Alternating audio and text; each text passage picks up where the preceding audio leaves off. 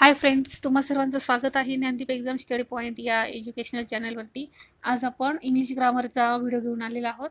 यामध्ये आपण जिल्हा निवड समिती कोल्हापूर जिल्ह्यासाठी जी तलाठी भरतीचा पेपर झाला होता 2014 सालीचा, त्यामधले आपण इंग्लिश ग्रामरची इथे 25 क्वेश्चन्स बघणार आहोत.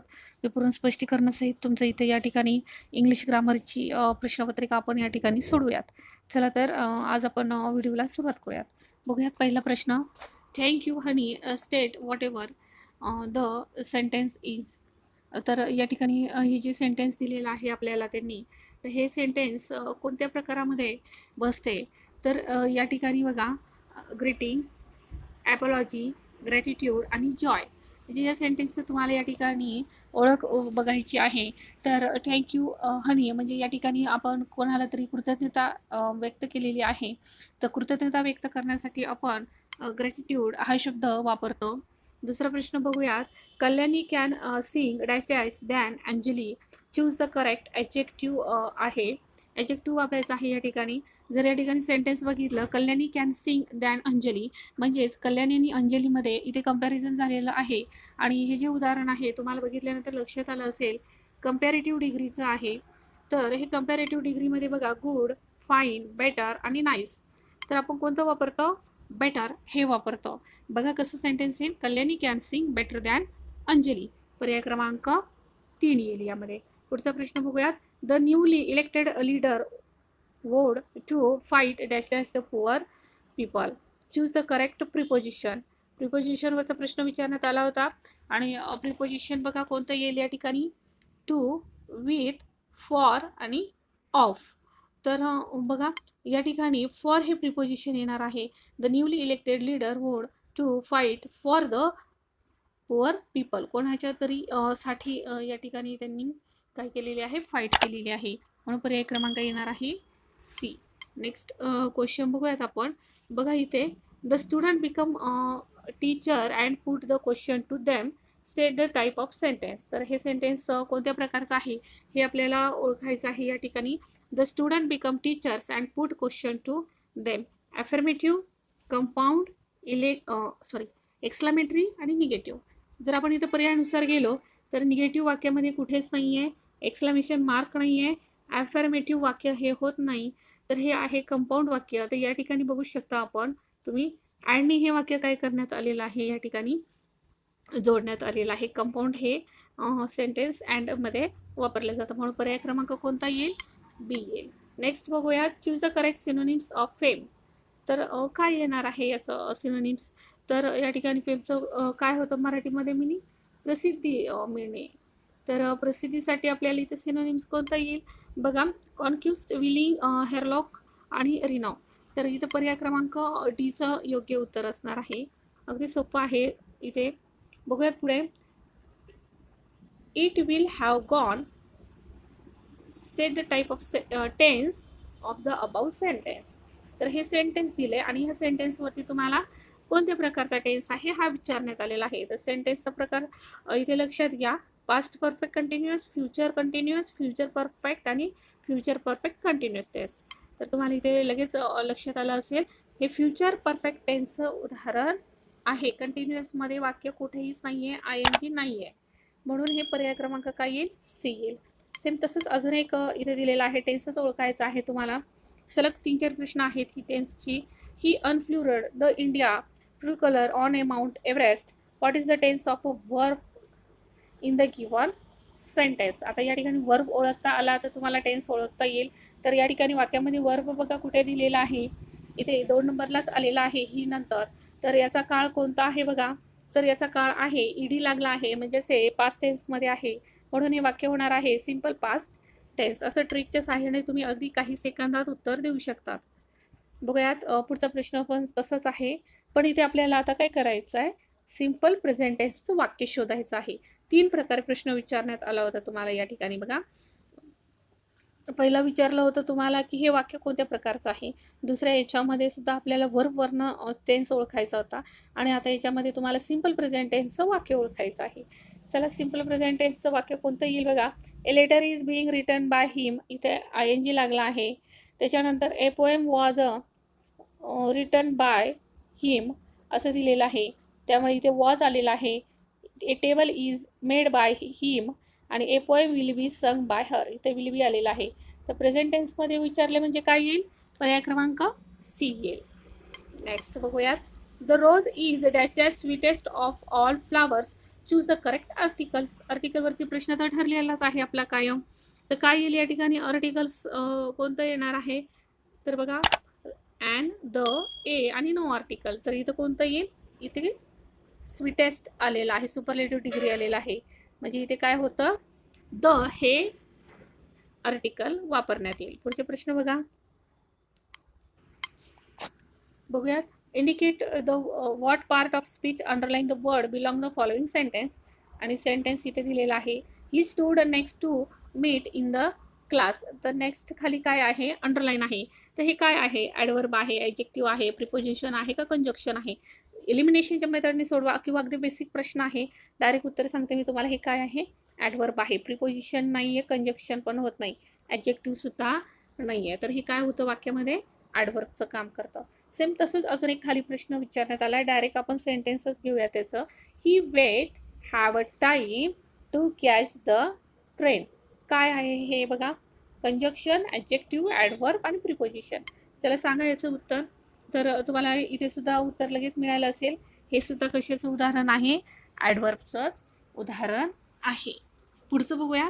Feeling the correct preposition in the given sentence. आणि सेंटेन्स प्रिपोजिशन आहे बघा. सेंटेन्स बघा या ठिकाणी फिल इन द झाले नाही का? सेंटेन्स घेऊयात आपण डायरेक्ट इथे. Mr Rao has been teaching in the college 1988. चला सांगा. भरपूर रिव्हिजन झालेले आहेत आपल्याला फक्त इथे PYQ सोडवण्याच्या याच्यामध्ये तुम्हाला तर इथं 25 क्वेश्चन ही बरोबरच यायला पाहिजेत. तर काय येईल इथे? काय येईल? 1988. पटकन उत्तर आलं. Since. Give the masculine from the spinster.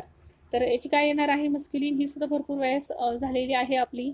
तर ही होणार आहे बॅचलर. नेक्स्ट बघूयात.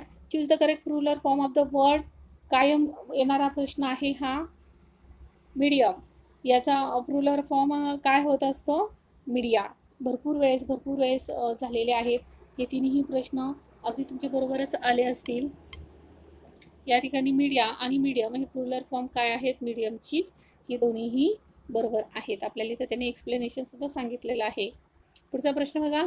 Meena is a good dash dash drawing, filling the suitable preposition in the given sentence. अजून एक प्रिपोजिशनचा आहे. काय येईल या ठिकाणी बघा? Meena is good in, at, of आणि ऑन. तर याचं योग्य उत्तर काय आहे? At. At the drawing. On येणार नाही, इन सुद्धा येणार नाही आणि ऑफ पण येणार नाही. तर या ठिकाणी ॲट द ड्रॉइंग असा आहे प्रिपोजिशन येईल. त्याच्यानंतर इथे तुम्हाला फेमिनिन्स सांगायचे आहे लॅडचं. तर लॅडची फेमिनिन्स बघूयात. मूर्ख वाटलं. तर बघा इथे लास्ट, गर्ल, मिस आणि सिस्टर. तर हे बघा इथे चुकवण्यासाठी तुम्हाला हे 3 पर्याय मुद्दाम दिलेले आहेत, जे की चुकीचे आहेत. याचं योग्य फेमिनिन्स काय आहे? लॅडचं मुलगा. त्याचं काय होणार आहे या ठिकाणी? मुलगी. म्हणजेच या ठिकाणी लास्ट. त्याच्यानंतर पुढे आपल्याला विचारले आहे. He undertook a systematic research, indicate the part of a speech, underline the word belong above sentence. Research या खाली अंडरलाईन आहे. आणि हे वाक्यामध्ये काय वापरलेलं आहे? वर्ब, नाऊन, ॲडजेक्टिव्ह का ॲडवर्ब? तर हे वाक्यामध्ये नाऊनच्या स्वरूपामध्ये आलेले आहे. या ठिकाणी नावाच्या स्वरूपामध्ये. अगदी इझी लेवलची क्वेश्चन्स आहेत तुम्हाला या ठिकाणी बघायला. त्याच्यानंतर पुढे बघा. इथे तुम्हाला फेमिनिज सांगायचं आहे. जेंडर करेक्ट कोणता आहे? तर या ठिकाणी बघा ड्रॅग, गुस, ड्रॉन आणि राम. तर या ठिकाणी हा जो पर्याय क्रमांक 2 आहे हा योग्य प्रकारे फेमिनिज वापरण्यात आलेला आहे जेंडरचा. त्यानंतर select the word in the plural form of the following. आपल्याला या ठिकाणी प्लुरल फॉर्म ओळखायचा आहे. या खालच्या शब्दातनं शब्द बघूयात. लोकस, ॲक्सेस, रेडियस आणि क्रिसल्स. तर तुम्हाला इथे जरा व्यवस्थित बघितलं तर ॲक्सेस यस लागलेला आहे. रेडियस होत नाही, हा जशाच्या तसा राहतो. हे तिन्ही फॉर्म या ठिकाणी सिंग्युलर फॉर्ममध्येच आहेत. पण याचं योग्य उत्तर काय आहे? ॲक्सेस हे प्लुरल फॉर्ममध्ये येईल. त्याच्यानंतर तुम्हाला इथे which of the following is in past progressive tense. Sentence ओळखायचा आहे. पास्ट प्रोग्रेसिव्ह टेन्स हे तुम्हाला आधी समजलंय का, हे लक्षात घ्या. पास्ट प्रोग्रेसिव्ह टेन्स म्हणजेच या ठिकाणी आपल्याला ING हा प्रत्यय लागला पाहिजे वाक्यामध्ये, कारण याला प्रोग्रेसिव्हलाच अजून एक नाव आहे, ते म्हणजे आपलं कंटिन्युअस टेन्स. बघा, हे नाव आपल्याला माहिती असतं तर तुम्हाला इथे ह्या प्रश्नाचं उत्तर देता आलं असतं. मग कंटिन्युअस, पास्ट कंटिन्युअस वाक्य बघा कुठे आहे, डायरेक्ट सांगते, पर्याय क्रमांक 3 मध्ये आहे. Cricket was being played by them. इथे ING ही लागला आहे, भूतकाळी आहे आणि कंटिन्यू इथे काय झालेलं आहे, हे वाक्य चालू आहे. त्यानंतर ना या ठिकाणी आपल्याला ॲडजेक्टिव्ह घालायचं आहे सेंटेन्समध्ये, proper adjective in the sentence. आणि सेंटेन्स बघा, his house is dash dash to mine. बघा, his house is dash dash to mine. वापरायचं काय आहे, ॲडजेक्टिव्ह. नियरेस्ट, नियरर, नियर आणि नेक्स्ट. तर आपण या ठिकाणी ॲडजेक्टिव्ह काय वापरणार आहोत, next. His house is next to mine. Nearer पण नाही होणार, नियर पण नाही आणि नियरेस्ट पण नाही, या तिन्ही रूपामध्ये येणार नाही. पुढचा पर्याय बघूयात. या ठिकाणी पॅसिव्ह व्हॉइसचं सेंटेन्स तुम्हाला चूज करायचं आहे, कोणतं करेक्ट आहे. तर पॅसिव्ह व्हॉइस सेंटेन्स बघा, why did he write a letter, he was not return a letter, let a letter be return. बघा, इथे मिळालं आपल्याला लेटचं वाक्य आहे, आज्ञार्थी वाक्य. Let a letter be return. लेटच्या वाक्यामध्ये बी हे कंपल्सरी वापरण्यात येतं. हा रूल्स आपला भरपूर वेळेस झालेला आहे, त्यामुळे तुम्हाला याचं उत्तर लगेच मिळालं असणार आहे. त्याच्यानंतर ना आपल्याला what type of noun is the word country. नाऊनचा प्रकार विचारण्यात आलेला आहे. बघा, या ठिकाणी कोणता येणार आहे, कंट्री काय आहे, प्रॉपर नाव होईल का, ॲब्स्ट्रॅक्ट होईल का, कलेक्टिव्ह होईल का, कॉमन नाऊन होईल, काय होईल या ठिकाणी. तर हे जे नाऊन आहे हे नाऊन होणार आहे या ठिकाणी. बघा, पर्याय क्रमांक डी, कॉमन नाऊन होणार आहे कंट्री, देश हा शब्द, सामान्य नाम. त्याच्यानंतर ना खालची ही 2 प्रश्न बघूयात. The cow is one of the dash dash animal filling the with the proper adjective. आणि हे डिग्रीवरचाच क्वेश्चन आहे. ॲडजेक्टिव्ह म्हटलं का डिग्रीवर जास्त कॉन्सन्ट्रेशन करायचं. डिग्रीची क्वेश्चन्स इथं बघून झाली का आपल्याला वाक्यात लगेच कळतं की हे डिग्रीवरचं वाक्य आहे. The cow is one of the वाक्यात आल्यानंतर काय वापरतो आपण, कोणती डिग्री होते, ही सुपरलेटिव्ह पॉझिटिव्ह डिग्री होते.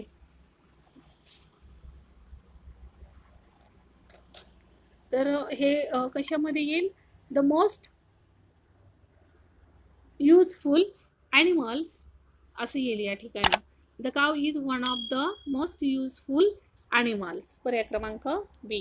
त्याच्यानंतर हा सिंग्युलर प्लुरल भरपूर वेळेस विचारण्यात आलेला आहे. डिअरचा काय येईल, याचा सिंग्युलर फॉर्म काय येणार आहे डिअरचा. तर याचा सिंग्युलर फॉर्म इथे येईल बघा, पर्याय क्रमांक 1, जशाच्या तसा डिअर, यामध्ये बदल होत नाही.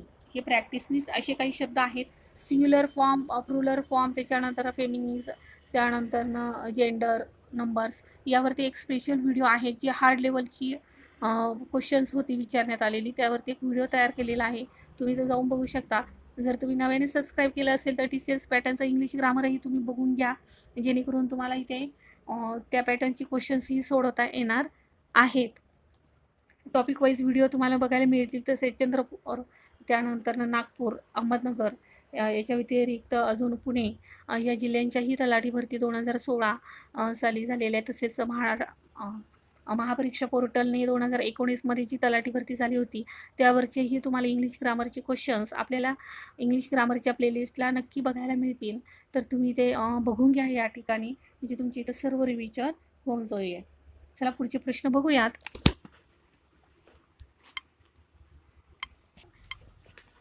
बघा, पुढचा प्रश्न, find out the word spelled correctly. आपल्याला स्पेलिंग ग्रामरचा क्वेश्चन्स आहे.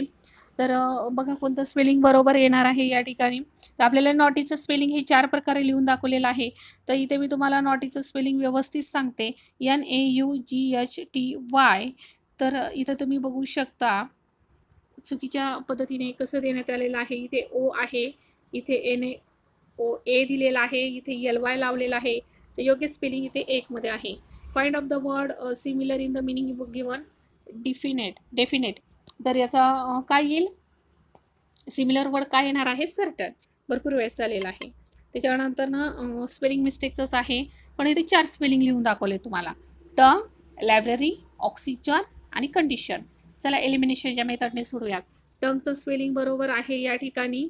ऑक्सिजन बरोबर आहे, कंडिशन बरोबर आहे. लायब्ररी हे स्पेलिंग चुकलेलं आहे, लायब्ररीचं स्पेलिंग चुकीचं आहे.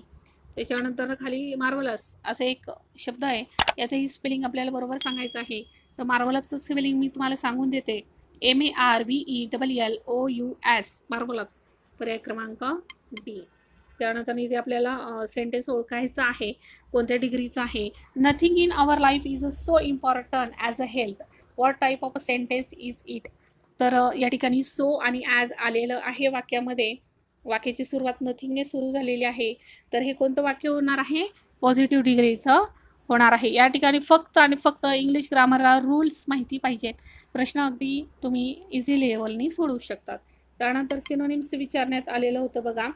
तर ह्या सिनोनिम्सचा इथे योग्य उत्तर आहे पॅशन. पर्याय क्रमांक डी. त्यानंतर पुढचा सिनोनिम्स आहे लेझी. लेझीचा सिनोनिम्स काय होणार आहे? आयटल. नेक्स्ट बघूयात मिसस्पेल्ड वर्ड तुम्हाला इथे चूज करायचा आहे.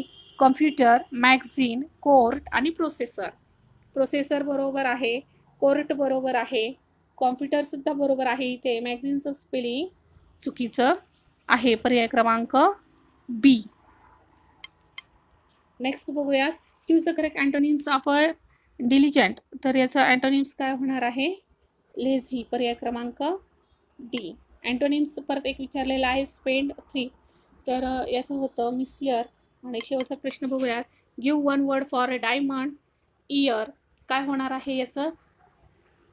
डायमंड इयर कशाला म्हणतो आपण? 75 वर्षासाठी, 75 इयर्स.